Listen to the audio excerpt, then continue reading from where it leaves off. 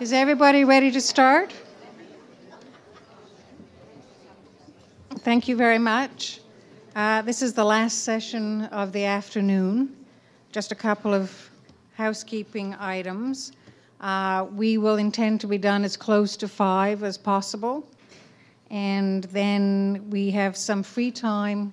The bar in this room opens at 6:30 and dinner is served at 7. So we look forward to seeing everybody then.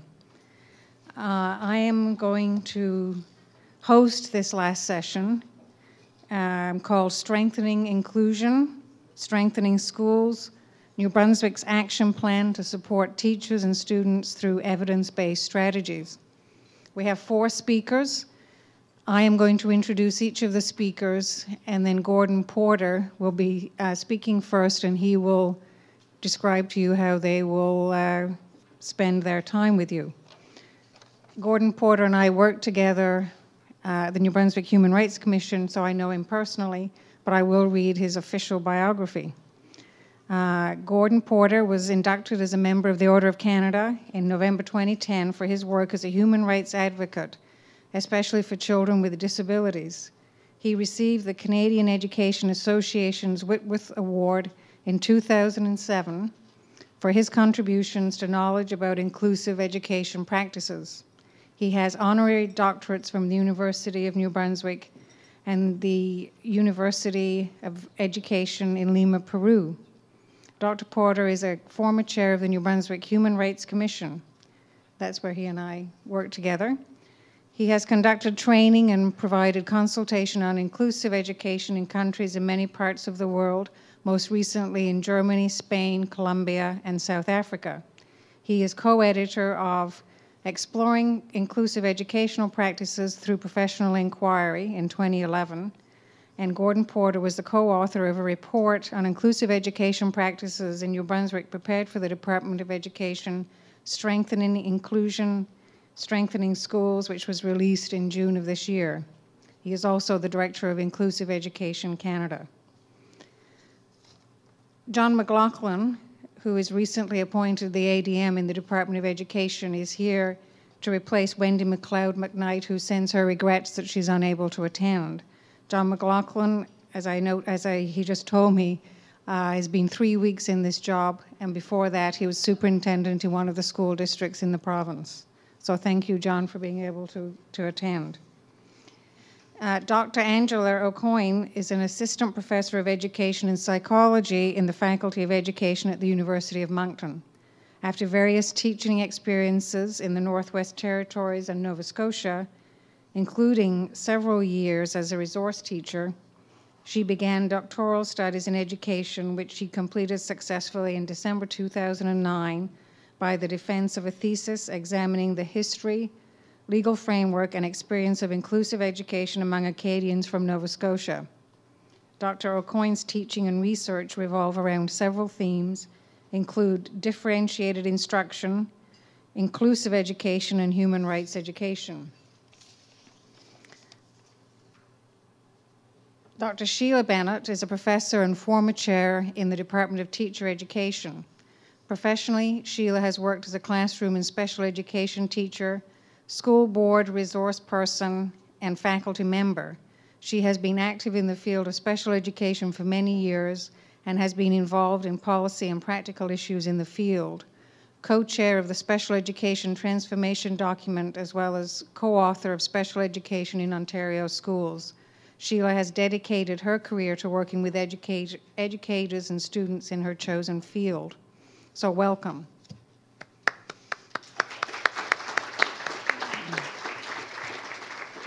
I will leave it now to Gordon Porter to describe how they will spend the next hour and a half. And as I say, we hope to be done just shortly after 5. Or soon. I don't know if this is going to work. For the translation. Oh. No, is this mic going to work? Is it working? It is working. Okay. Well, I look at the podium and I know I'm not very tall, so I think I'm got more eye contact with people here than standing behind the podium. So we're going to present in this way, if you don't mind. Thank you for the introduction, and we're going to try to give you a very brief walk through the process that we went through in the last year and a half to review the effectiveness of inclusive education in New Brunswick schools. And Angela and I are going to do that with a few slides we prepared. The report itself, in a time of frugality, the provincial government doesn't print many copies of the report, so I think most people will have to access it online. It's available in both English and French. And what Angela and I will do is outline the process we followed and some of the highlights of the recommendations.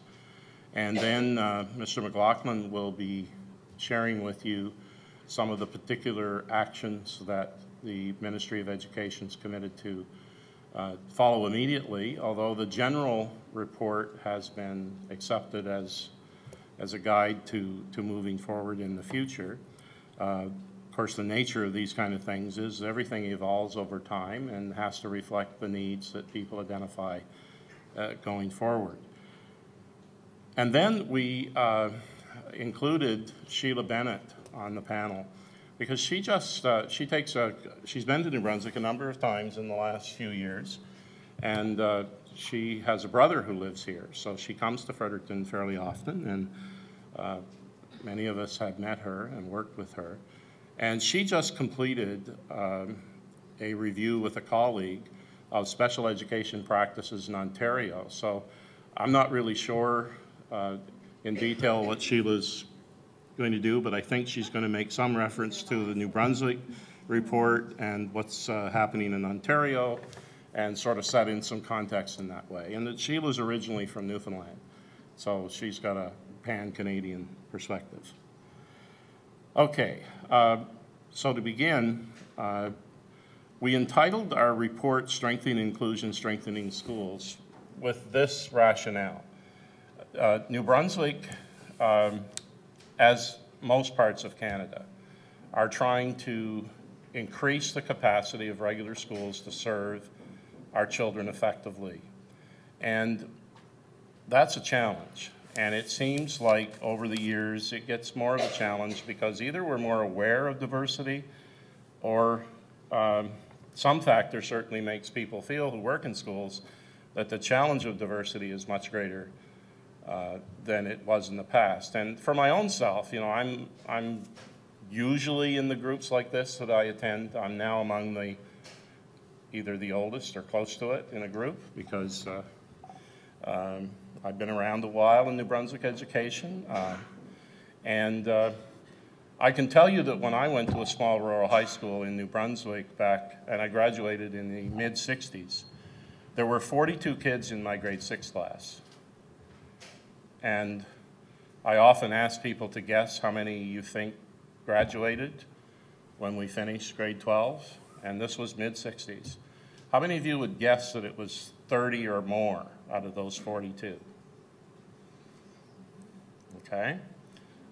Youthful optimism displayed there. How many of you think it was probably 20 or more, somewhere in that range? And how many of you think it would be 10 or fewer? Okay, the actual number, there were 12 who reached grade 12, an even dozen, and one of those people didn't make it that year. He had to wait and do it the next year. So there were actually 11 out of 42 who graduated. Now, some of you may have heard me say that before, and I apologize for that, but I think we need to keep that in perspective. That public education has not been committed to everybody in our province that long. The commitment to see that almost all of our children go to school and are successful to the degree we can be successful is within our lifetime. It's developed during the 60s, 70s, 80s. And we can't take it for granted that our schools are committed to the success of all our children, because they weren't. Many of those students that I was in grade 6 with were helped to leave in grade 7, grade 8, By grade 9, a lot of them had left. By grade 10, I think there were 18 left in grade 10. So things have changed in New Brunswick, and that's a good thing. The reality is that today we're committed to educating all of our children as effectively as we can, and that means that we're including them in the school institution. Now, it does not mean that every child is included in a regular class all the time, no matter what. It has never meant that for me. And I know there could be different variations of people in doing that. I spent my career teaching and working in the Woodstock area, and I consider myself a pretty pragmatic person. You know, you solve problems, you do what you can do, and you have principles and you work towards them, but you have to solve problems. I mean, my education career is founded on being a regular teacher, a school principal, and that sort of experience. So, that said, we have had inclusion in our schools now for legislated 1986. And if we're going to have it, then let's do it well. Let's do it smart. And my experience has been, and the evidence that I've seen in the schools that I've worked with, if we do it well, we strengthen the capacity of the school to serve all students well. That there's a generalizing effect to the school as a whole, and that's why we chose that title. It's just 6 years ago that Wayne McKay delivered his report, and he's here, or yeah, there he is. And it was a great report. It had a lot of recommendations that, if fully implemented, would have made a big difference. I think there was a difference in approach between Wayne's review and ours. He certainly did a lot of stuff that didn't need to be redone, and he had excellent recommendations. Our focus was more at the school and the implementation. And one of the things we did, in addition to consulting several times with people who worked in school districts, and I'll use John as an example, we went up to his school district and met with all his district staff early in the process, gathered information, and then as we formulated our recommendations on things that would matter, we went back again and met with the same people again. And in between, we met with stakeholder groups, with teachers and educational assistants, and as many different groups as we could find to give us input. Not everybody agreed on everything, but we sought their input, and we consulted with them on where things were and what they thought would make a difference.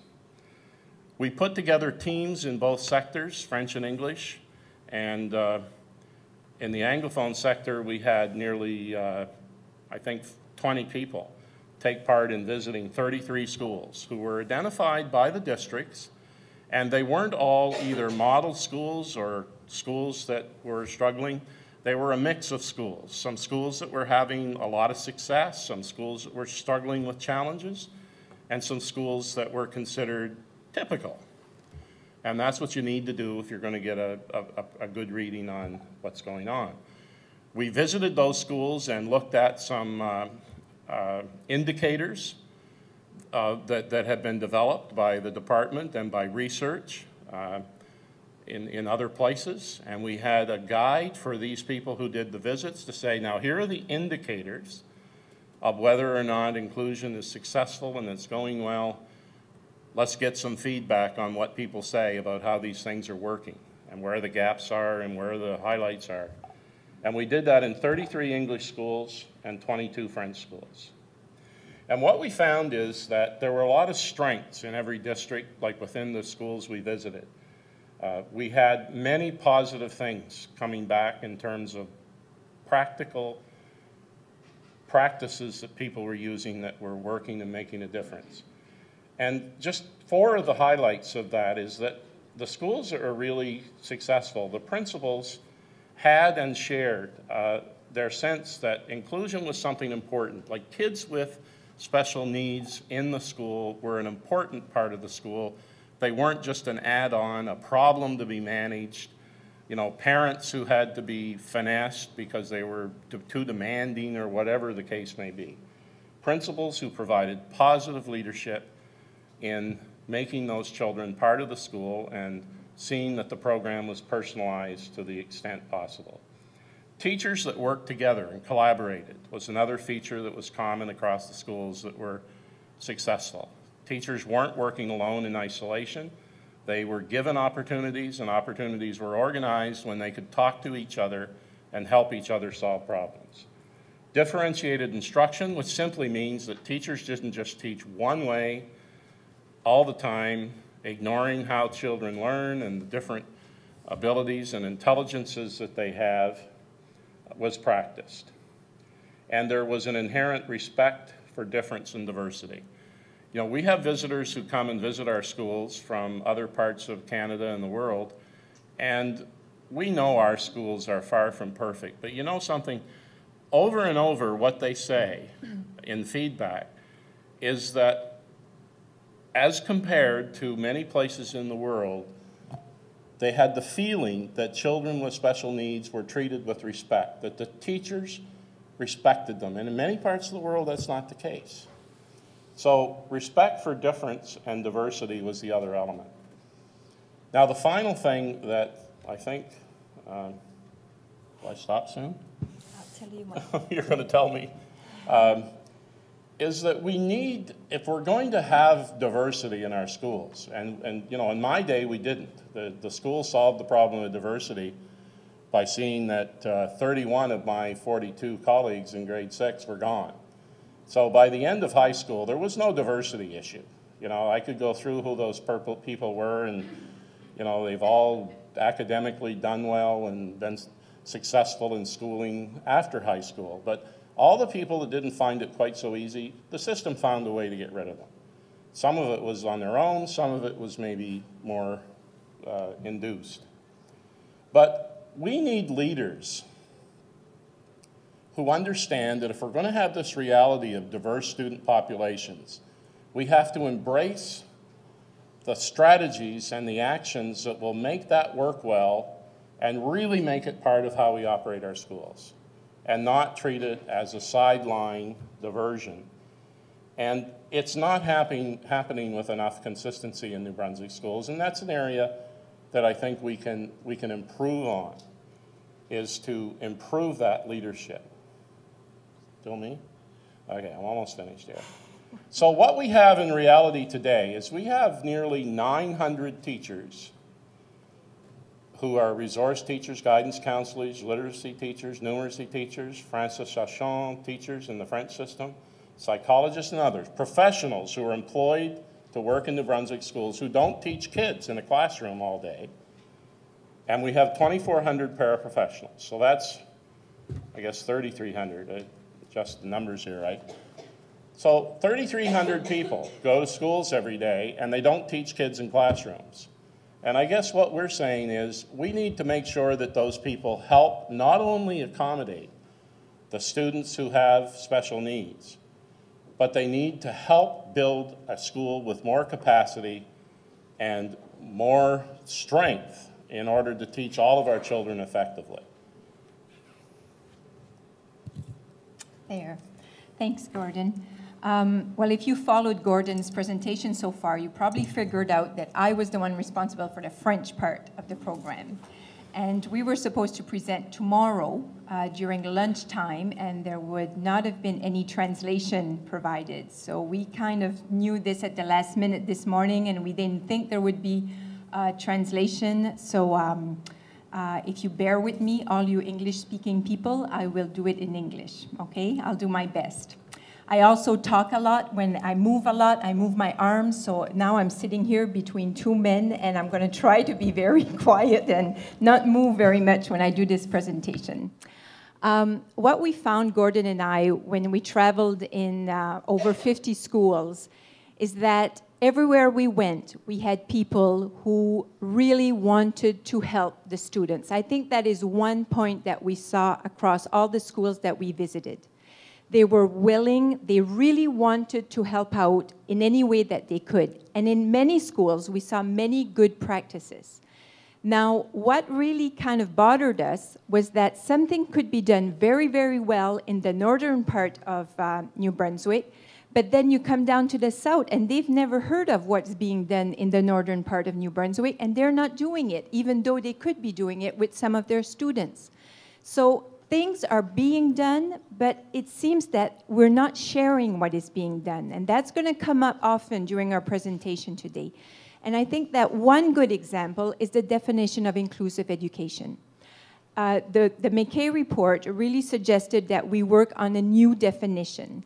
And in 2009, a new definition did come out, but it didn't make a big splash. It was just there, very quietly, put out on the web. And to be honest with you, when we went to the different schools and we asked the people if they knew about the inclusive education definition, the principals would tell us, yes, because you sent it in your package, so I had to get ready for you today. But before that, I didn't really know about it. Or I read about it last year, but I kind of forgot it because we have so many other things to do. And it struck us as being very ironic that they had other things to do. It seems that inclusive education is always something else, or an add-on, or something for just a little group of children. And I think it comes to really say how important the title of our project was. It strengthens the whole school and not just certain students. In our report, we came up with 12 different themes. So after we went in all the different schools and we talked to the people in the schools, we also talked to many parents, we talked to people in districts, we worked a lot with the people in the department. We came last summer and we put all of that data on the table and we had to analyze what had been said. And it came out to 12 different themes.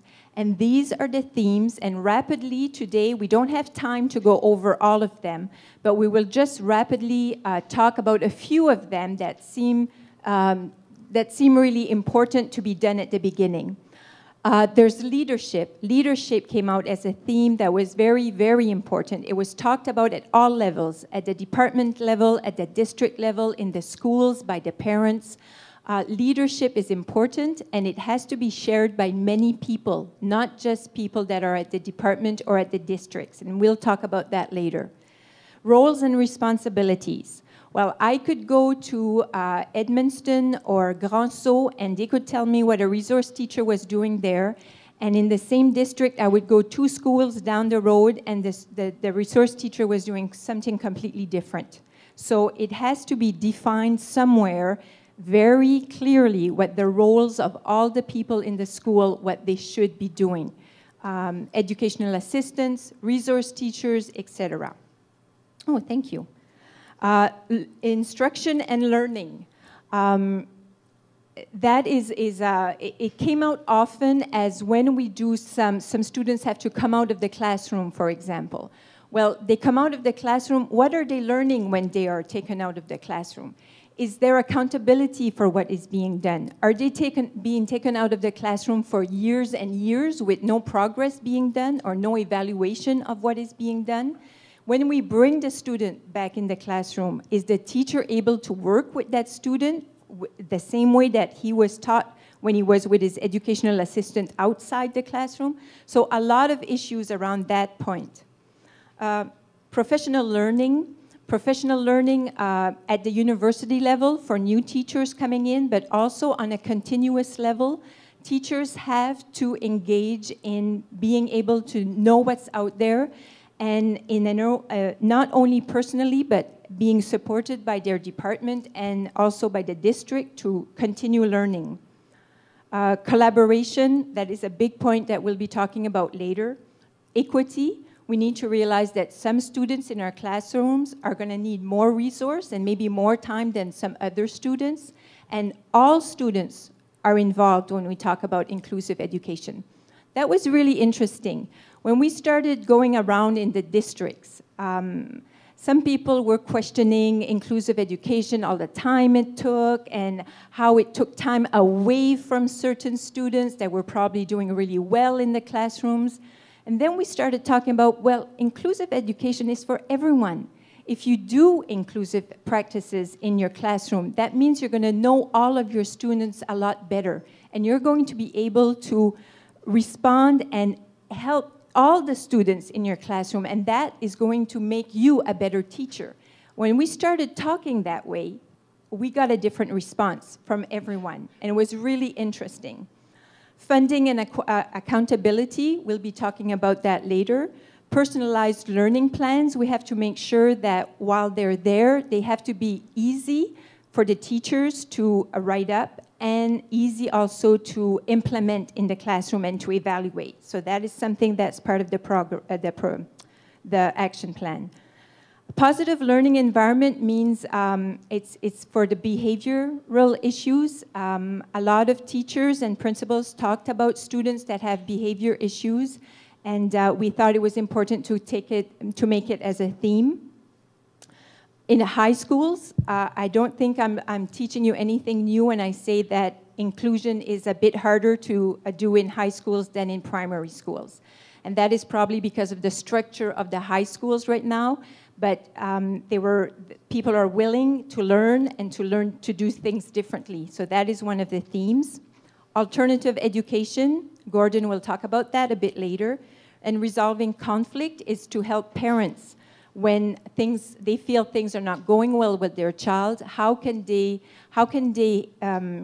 come up with solutions and work collaboratively with the schools? Okay, so those are the 12 themes, and now we'll touch some of them a little bit more deeper. This is a special one, and this one really relates to leadership. Okay. There is something that we suggest. This is part of the action plan. So these are part of the recommendations that come out. One of the recommendations is that there be in each school a team that we will be calling the Educational Support Services Team. Instead of just calling it Student Support Team, okay, because if you just think of the word that we use currently, the Student Support Team, that really puts the focus that the problem is the child, okay? I have to work with the child. It's very personal. I'm going to get some resource. I'm going to get techniques or something to help the child. It's a team. We have to work as a team, and it's not everything has to be on the shoulders of the teacher. As a team, the resource teacher, okay, will be working with other people in the school. For example, these are just examples. The literacy teacher in the school, the numeracy, guidance. These people will be working collaboratively in the school. There will be more of them in each school also. We'll be talking about that later also. These are suggestions that we would like to see. The role is to support the teacher and not to replace the teacher. It is important that each child in the school knows that he or she belongs to a teacher, belongs to a classroom. We've talked to parents who their child is in grade 5, 4, and they've never seen a teacher during parent interview days. They only talk to the educational assistant, and that should not be done. The child needs to feel that they belong to a classroom, okay? So these people will be working as a team, and the leader of the team should be the principal. Here is a graph that we've been using often in the past year. It shows how many pupils or students are working with one given resource teacher in the Atlantic provinces. And you will see that New Brunswick is, see, if I would be standing up, I could point to all these things, okay? The first one here is Nova Scotia. Nova Scotia, for one resource teacher, you have approximately 128 students for every resource. Okay, yeah. It's for the total population and not just students who have special needs. Okay, so this is for the total population of the district. So one resource teacher for about 128 students in Nova Scotia. In Newfoundland and Labrador, well, there are champions, okay? So each resource teacher has works with approximately 85 students. In Prince Edward Island, 213 students per resource teacher. And New Brunswick, when we put the English sector and the French sector together, comes to 209. So we're not doing very well. And I think that one of our goals, if we can work closely with the Department of Education, would be to try to lower the ratio of students per resource teacher. So that would be very important. Just to clarify again, and this could be nuances of language, but I don't want any confusion on this. This means, like, if there are 10,000 students in a school district, there's a resource teacher for 128 kids. That's total kids. These are not like caseloads. Just very clear. These are not special ed caseloads per resource teacher. This is, if you have 128 regular kids, there's a resource teacher. And what it shows is that we're a lot higher than most of our Atlantic provinces' neighbors. I was never good in math, okay? Okay. Here we have that same ratio per resource teachers, but these are all the districts in New Brunswick, okay? So the blue ones are the English districts. The pink ones are the Francophone districts. So that comes to about 203 students per resource teacher. Now, as Gordon said, it doesn't mean if I'm a resource teacher, I have 203 caseloads. It means that if I'm being hired by a district, they would divide how many students they have, and for every 203 students, for example, they have one resource teacher working, okay? Did I do it right, Gordon? Yeah. Absolutely. And now it's your turn. Okay, and I'm sorry, I just didn't want anybody to think the wrong thing. Okay, the other thing we did, in addition to addressing how many resource teachers you have, the other thing you have to focus in on is what they do.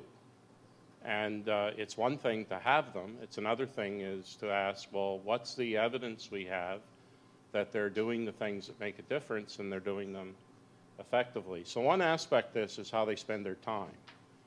And this is just a start, a benchmark, because last October, we had resource teachers, guidance counselors, literacy teachers, numeracy teachers, and all of these 900 people I was talking about earlier do a time use survey over 3 days in October.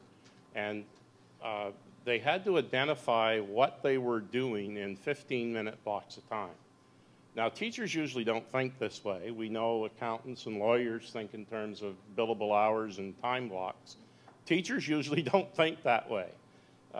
We think about the whole day, not just pieces of it. So we did this survey, and then we had people who were a lot smarter than I am do the analysis, and they came up with some results that I think are of interest.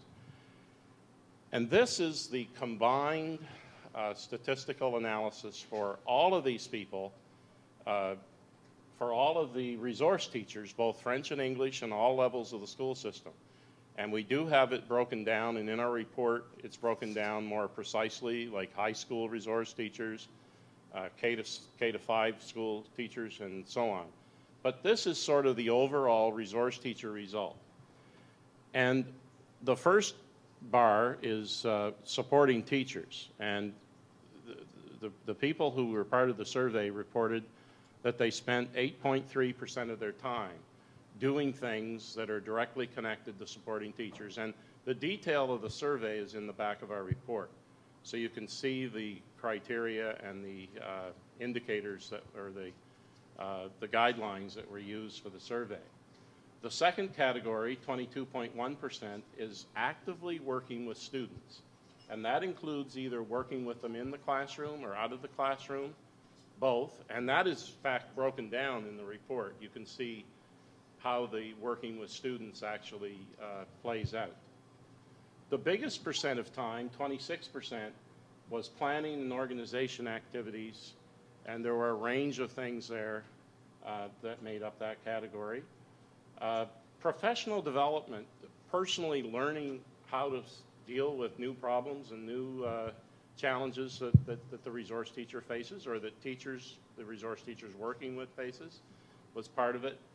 And of course, you'd expect that that's not a huge amount on 3 given days. Over the course of a year, there may be 2 or 3 days all in one fell swoop where somebody does learning of a new skill. But that's relatively low for those 3 days. It's probably, hopefully, maybe a little higher than that overall. Meetings and communication with people, whether it's other teachers, parents, administrators, outside the school people, is about 17%. And then finally, other activities. And some of those other activities are just things that all teachers do, like playground supervision. But some of them are just hard to label. And we have a lot of, there are a lot of different things that people do that are not easily labeled,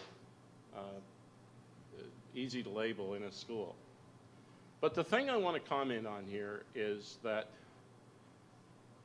it seems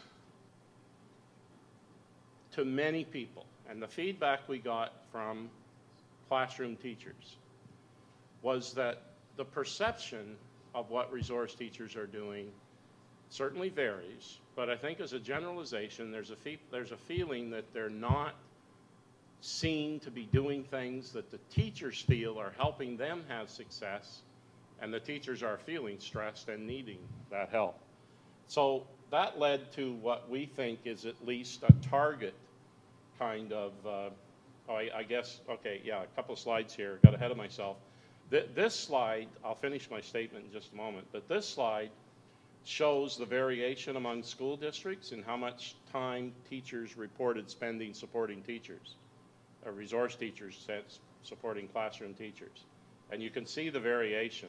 The very highest is District 10, and the very lowest was District 5 in the Francophone sector. So a wide variation even within this. And then actively working with students. And again, you see great variations with the lowest percent from District 14, 9.8%, and the highest in District 3, a third of their time. Quite frankly, I expected this to be even higher than it is. And I don't know about you, but I think there's a perception that in addition to writing special education plans, resource teachers work with kids most of the day. Well, those 3 days, they didn't. And we know it was only 3 days, and maybe if you go back in January, you'll find a different result.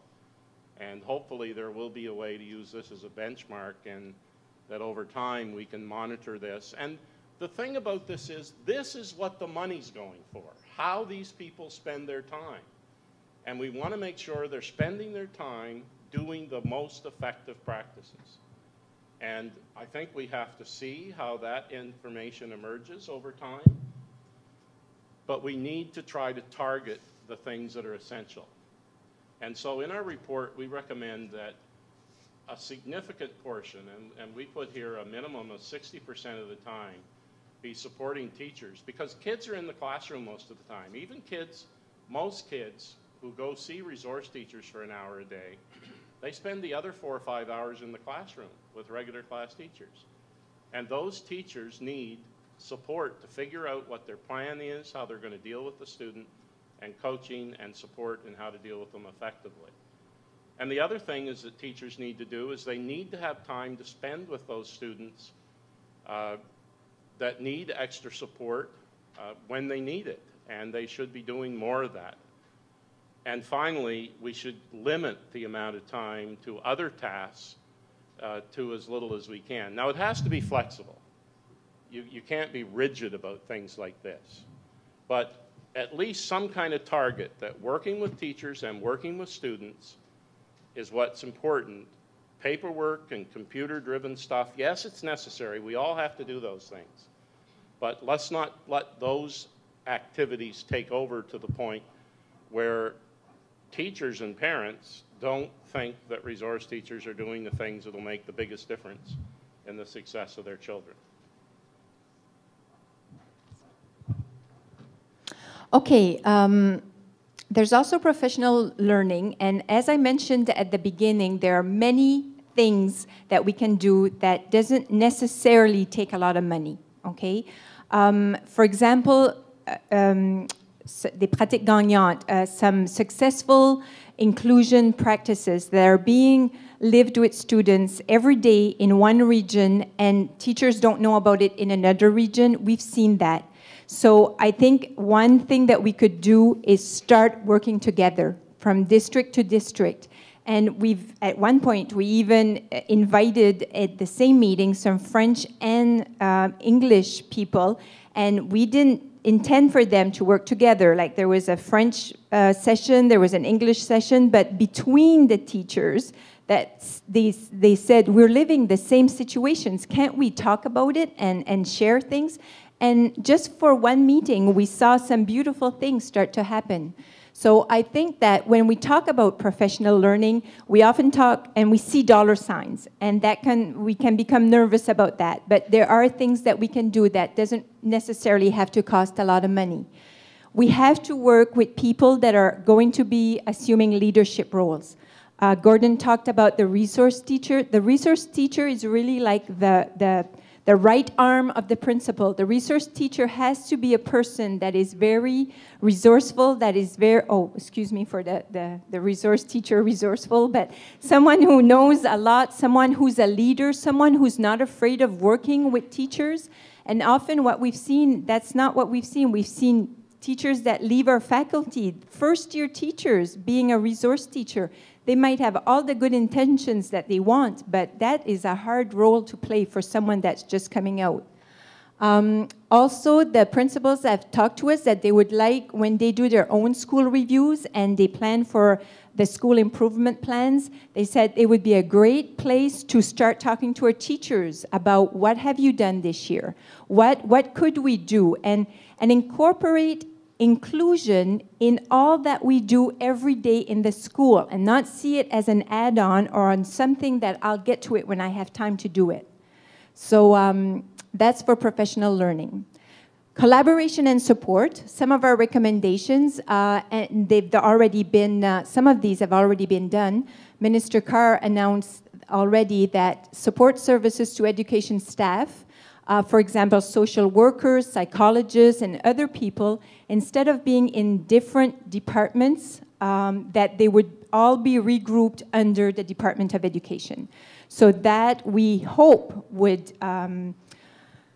foster some discussion, people working together a bit more easily. Same thing for the speech-language pathologists. They would leave the health and they would come to education. Okay, so, and that has already been announced last week, so that is something positive. There's the ISD, it's the Integrated Service Delivery Program. It is being tried out in 2 districts in the province, in an English district and in a French district. And this is regrouping people who work in education, people who work in social development, in health, in youth correctional centers. I might be forgetting some, I'm not sure.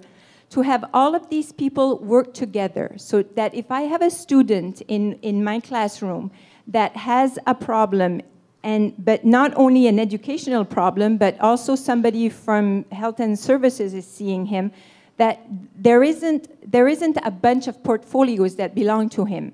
There is one place to call, and all of these people will be working together to help the child.